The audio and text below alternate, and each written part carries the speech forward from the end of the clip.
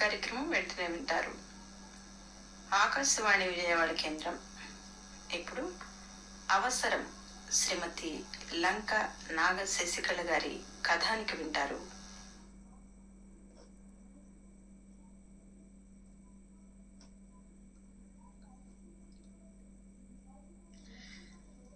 ఆక్కూర్లమ్మా అన్న కేక వినపడి గ్యాస్ సిమ్లో పెట్టి పరుగులాంటి నడకతో వస్తున్నా అంటూ వీధి గుమ్మంలోకి వచ్చింది వైభవి. ఆక్కూరలు తీసుకుంటూ, లచ్చి మీ పిల్లలు బాగున్నారా అని అడిగింది. బాగున్నారమ్మా అంటూ ఆక్కూరల తట్టను తలపై పెట్టుకుంటూ, వస్తానమ్మా, ఆలస్యమైతే మా మామ అనుమానంతో తంతాడు అని బయటికి కదిలింది. వైభవి లచ్చి వెళ్లిన వైపే చూస్తూ ఎన్ని కష్టాలైనా తన బాధ్యతల కోసం, పిల్లల కోసం రెక్కలు ముక్కలు చేసుకుంటోంది పాపం. ఒక్క లచ్చే కాదు, భారతదేశంలో ప్రతి సాధారణ మధ్యతరగతి స్త్రీ చేసేది అదే. పుట్టిన దగ్గర నుండి సమాజానికే కాదు, ఇంట్లో వాళ్ళకి కూడా భయపడుతూ ఆశలు, కోరికలు అన్నీ చంపుకుని రెక్కలు ముక్కలు చేసుకోవటమే తన విధిగా బతికేస్తూ ఉంటారు అని ఆలోచనల్లో మునిగి ఉండగా, అమ్మా కూర అయిందా, బాక్స్ అద్దేసుకోనా అంటూ వచ్చింది వేద యూనిఫామ్ చున్నీ సరిచేసుకుంటూ. అమ్మో కూర అంటూ వంటింట్లోకి పరిగెత్తి అప్పుడప్పుడే అడుగంటబోతున్న కూరలో ఉప్పు కారం వేసి కలయబెట్టి స్టవ్ ఆఫ్ చేసింది వైభవి. వేద స్కూల్ కి వెళ్ళాక ఆలోచనలతోనే ఇల్లు క్లీనింగ్ లో పడింది. రింగ్ అవుతున్న ఫోన్ లో అమ్మ నెంబర్ కనపడేసరికి అలసట మర్చిపోయి ఫోన్ ఎత్తింది. హలో అమ్మా. హలో వైభు, వేద స్కూల్ కు వెళ్ళిందా? వెళ్ళిందమ్మా. అల్లుడు గారు వచ్చేది ఇవ్వాలేగా? అవునమ్మా, దగ్గరలో ఉన్నారు, ఇంకో గంటలో వచ్చేస్తారు. పాపం క్యాంపులో 4 రోజుల నుంచి ఏం తిన్నారో ఏమో, నీరసమని కూర్చోకుండా అల్లుడు గారికి ఇష్టమైన గుత్తొంకాయి, కొబ్బరి పచ్చడి చేసి పెట్టు. సరే అమ్మా, ఉంటా. సరే, పని చూసుకో. By by. ఫోన్ ఆఫ్ చేసి వైభవి ఒక్క నిమిషం సోఫాలో కూర్చుంది. కాళ్ళు పీకేస్తున్నాయి. ఏంటిది, ఇంతే నా జీవితం? భర్త అలసిపోయి వస్తాడు, వండి పెట్టాలి. వేద ఆకలితో వస్తుంది, దానికి నచ్చినవి చెయ్యాలి. హాస్టల్లో ఉండే కొడుకు ప్రణవ్ వచ్చిన ప్రతిసారి పెద్ద మూట విడిచిన బట్టలు తెస్తాడు. నాకు అవి కావాలి, ఇవి కావాలి అంటూ తనకి తన ఫ్రెండ్స్ కి సరిపడా చేయించుకుని వెళ్తాడు. అమ్మ, అత్తగారు, ఆడబడుచు ఇలా ఎవ్వరు ఫోన్ చేసినా ఇంట్లో పని గురించో వంట గురించో చర్చ. ఏమాత్రం బూజులు కనిపించినా, ఇల్లు అందంగా కనపడకపోయినా అత్తగారు లాంటి వారైతే ఇలాగే నా ఇంటి నుంచుకోవటం, ఇంటిని చూసి ఇల్లాలని చూడాలంటారు కదా అని తను బాధపడుతుందని కూడా చూడకుండా మొహం మీదే అంటారు. భర్త శశాంక్ మంచివాడే, ఏ చెడు అలవాట్లు లేవు, ప్రేమగానే చూసుకుంటాడు. కానీ అందరి మగవాళ్లలాగే ఇంటి పని, వంట పని అంటే అది కేవలం ఆడవాళ్ల పనే అన్న భావనలో ఉంటాడు. తనే ఆఫీస్కి వెళ్లి కష్టపడి భార్యా పిల్లల్ని సుఖపెడుతున్నాను అన్న భావనలో ఉంటాడు. దేవుడు ఆడవాళ్ల జీవితం ఇలా ఎందుకు రాశాడో అని ఆలోచిస్తూ ఉండగానే కాలింగ్ బెల్ మోగింది. ఉలిక్కిపడి ఆలోచనల నుండి బయటికి వచ్చి తలుపు తీసింది. ఎదురుగా చిరునవ్వుతో శశాంక్. మర్నాడు మధ్యాహ్నం సరుకులు కొనాలని బయలుదేరింది వైభవి. 4 ఇళ్ల అవతల ఉండే హేమ అప్పుడే బయటికి వస్తూ వైభవిని చూసి, వైభవి బాగున్నావా? బజార్కా బయలుదేరావు? నేనే సాయంత్రం నీ దగ్గరికి వద్దామనుకుంటున్నా, నువ్వే కనిపించావు. లోపలికి రా, కూర్చుని మాట్లాడుకుందాం అని పిలిచింది. బాగున్నా అక్క, నాతో ఏదైనా పనా అడిగింది వైభవి. ముందు లోపలికి రా, కూర్చుని మాట్లాడుకుందాం అంటూ తలుపు తాళం తీసి ఇంట్లోకి నడిచింది హేమ. వెనకే అనుసరించింది వైభవి. ఇద్దరూ సోఫాలో కూర్చున్నాక హేమ, వైభవి, మా వారికి ఆస్ట్రేలియాలో ఆఫర్ వచ్చింది. మాకక్కడ అకామిడేషన్, ఫుడ్ అంతా కంపెనీయే చూసుకుంటుంది. పిల్లలు కూడా చదువుల రీత్యా హాస్టల్లోనే ఉంటున్నారు. పై చదువులకి వీలైతే అవుట్ ఆఫ్ కంట్రీ కూడా వెళ్లాలనుకుంటున్నారు. కాబట్టి మా వారు నన్ను కూడా ఆస్ట్రేలియా వచ్చేయమంటున్నారు అంది. ఆ మాటలకి వైభవి, అవునా అక్క, చాలా సంతోషం, వెళ్ళక్క. నువ్వు బావగారు ఒకచోట ఉండటమే బాగుంటుంది, కాకపోతే ఈ ఇల్లు వెలవెలవుతూ ఉంటుంది అంది.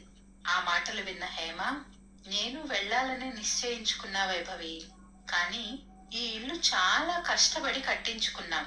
ఇంటిపైన నేను పెట్టుకున్న బొటిక్ కూడా చాలా కలలు కని ఏర్పాటు చేసుకున్నా.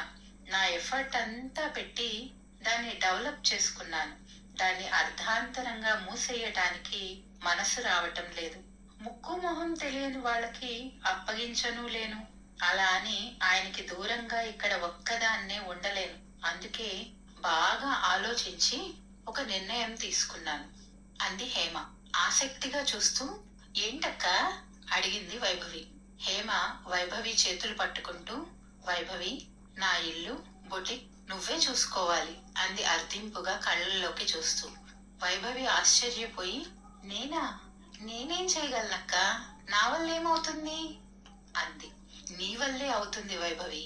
నువ్వు ఫ్యాషన్ డిజైనింగ్ కోర్స్ చేసావు కదా. చాలా సార్లు నాకు బ్లౌజులకి డ్రెస్సులకి మోడల్స్ చెప్పావు.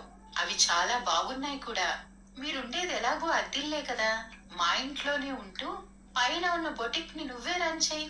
నాకు రెండిటికి కలిపి అద్దె ఒక 10,000 ఇవ్వు చాలు అంది హేమ. నేనా? నేను ఫ్యాషన్ డిజైనింగ్ చేశాను, కానీ పెళ్ళై పిల్లలు పుట్టాక దాన్ని గురించి పూర్తిగా వదిలేశానక్క. అయినా మా చిన్న సింగిల్ బెడ్రూమ్ ఇంటికి 12,000 ఇస్తున్నాం. ఈ హైదరాబాద్ మహానగరంలో ఇంత పెద్ద డబుల్ బెడ్రూమ్ ఇల్లు, పైగా బొటిక్, అంత తక్కువ రేటుగా? అసలు ఇదంతా ఎందుకక్క? ఇంకెవరికన్నా మంచి రేటుకి ఇచ్చుకోవచ్చు కదా అంది వైభవి. ఇవ్వచ్చు వైభవి, డబ్బులు వస్తాయి. కానీ ఎవరో ముక్కు మొహం తెలియని వారికి వీటిని అప్పగించి నేను మనశ్శాంతిగా ఉండలేను. ఇక నీకే ఎందుకు అంటావా? చెప్తా విను. నువ్వు అందరిలా వాళ్ళ గురించి వీళ్ళ గురించి అనవసరపు మాటలు మాట్లాడవు. ఎవరి గురించైనా నిన్ను అడిగితే, ఏమోలే అక్క, మనకి నిజం తెలియదుగా, అనవసరంగా ఎందుకు వేరే వాళ్ళ గురించి తప్పుగా మాట్లాడుకోవటం, వాళ్ళకేం ఇబ్బందులున్నాయో అంటావు. ఆఖరికి నీ భర్త గురించి గాని, పిల్లల గురించి గాని, అత్తవారి గురించి గాని ఈ 10 ఏళ్లలో ఒక్క కంప్లైంట్ కూడా నేను నీ నుండి వినలేదు. నువ్వు నిజంగా నా అనుకుంటే ఎంత ప్రేమిస్తావో, ఎంత ఎఫర్ట్ పెడతావో చూశాను. అందుకే నా ఇంటిని, నేను ఎంతో కష్టపడి డెవలప్ చేసుకున్న బొటిక్ ని నీకు అప్పగించాలి అనుకుంటున్నా అంది హేమ.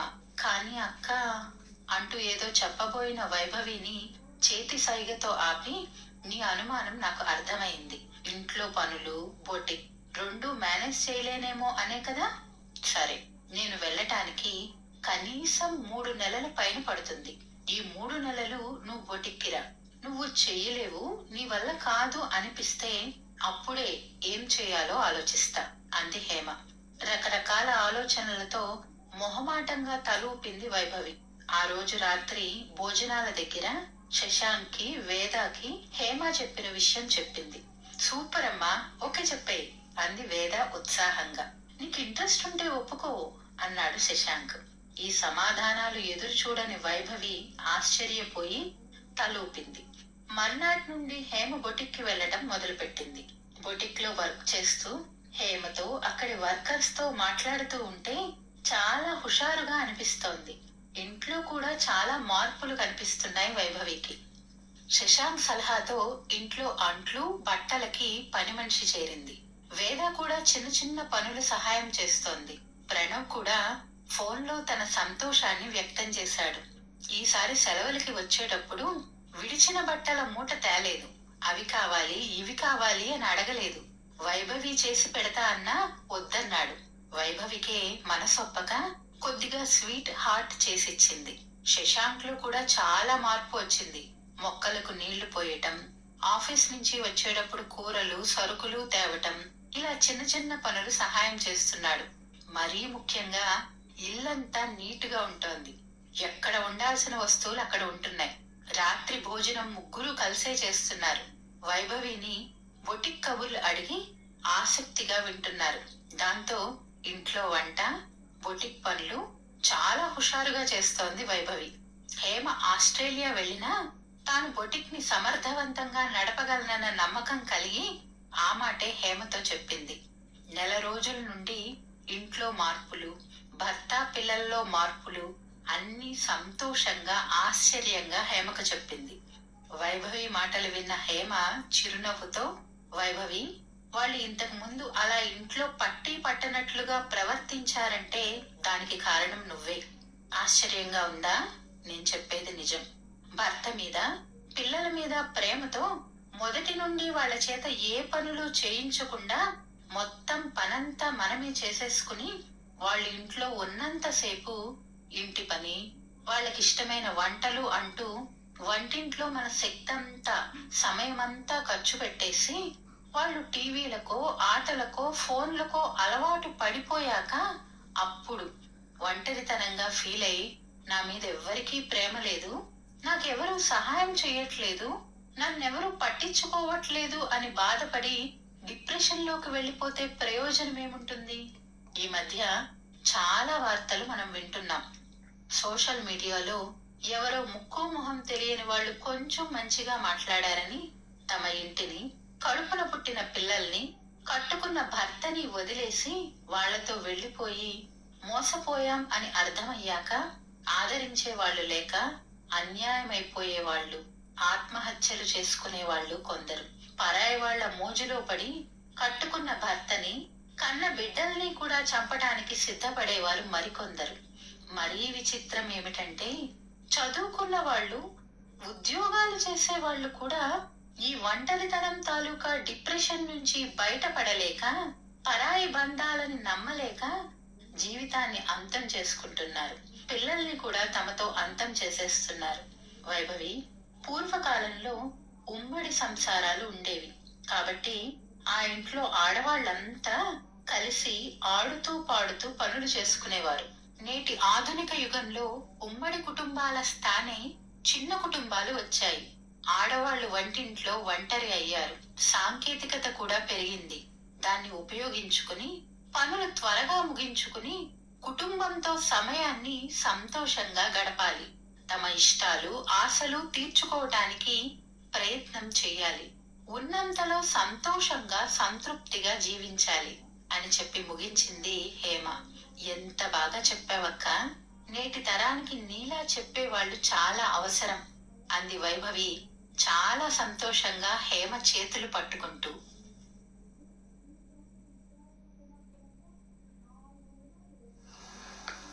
అవసరం శ్రీమతి లంక నాగ శశికళ గారి కథానిక మీరింతవరకు విన్నారు.